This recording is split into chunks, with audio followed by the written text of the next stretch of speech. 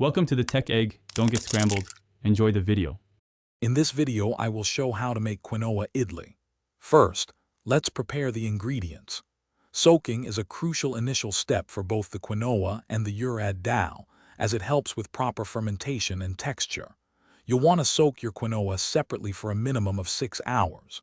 For the urad dal and a small pinch of fenugreek seeds, a 4-hour soak will be sufficient. This preparation ensures everything is ready for the next stage. Once soaked, it's time to grind. First, grind the urad dal and fenugreek seeds with a little water until you achieve a very smooth and fluffy batter. Then, separately grind the soaked quinoa, adding just enough water to form a slightly coarse paste. Combine these two batters in a large bowl, mix in 1 teaspoon of salt, and let it ferment in a warm place for 8 to 12 hours, or until it doubles in volume. Now for the exciting part, steaming your idlis. Lightly grease your idli molds with a tiny bit of oil to ensure easy removal later.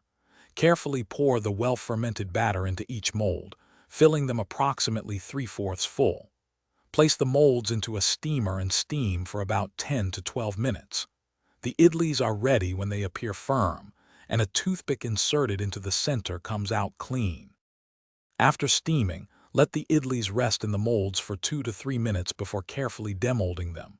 This brief cooling period helps them release easily without breaking. Serve these wonderfully soft and fluffy quinoa idlis warm with your favorite coconut chutney, spicy sambar, or a simple podi. They make a fantastic, healthy, and gluten-free breakfast or snack, packed with good nutrition for your day. Thanks for watching. Consider subscribing if I helped unscramble your problems.